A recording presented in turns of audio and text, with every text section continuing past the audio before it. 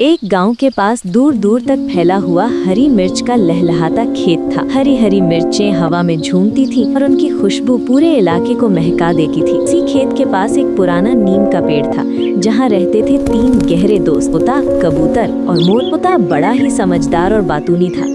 वो हर बात को ध्यान से सुनता और सही सलाह देता। कबूतर शांत, धैर्यवान और तेज उड़ान वाला था। मुश्किल समय में वो सबसे पहले मदद के लिए आगे आता। मोर सुंदर, साहसी और आत्मविश्वास से भरा हुआ था।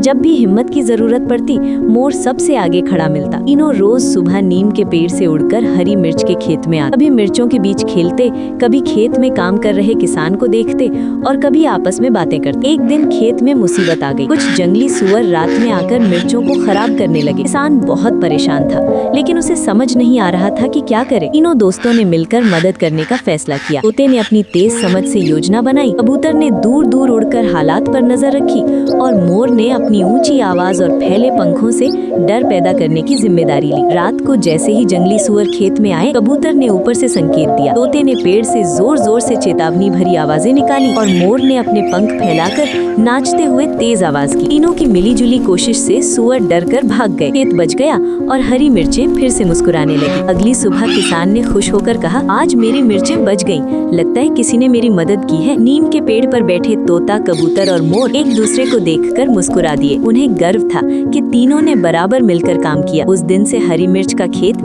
सिर्फ फसल का नहीं, बल्कि सच्ची दोस्ती और एकता का प्रतीक बन गया।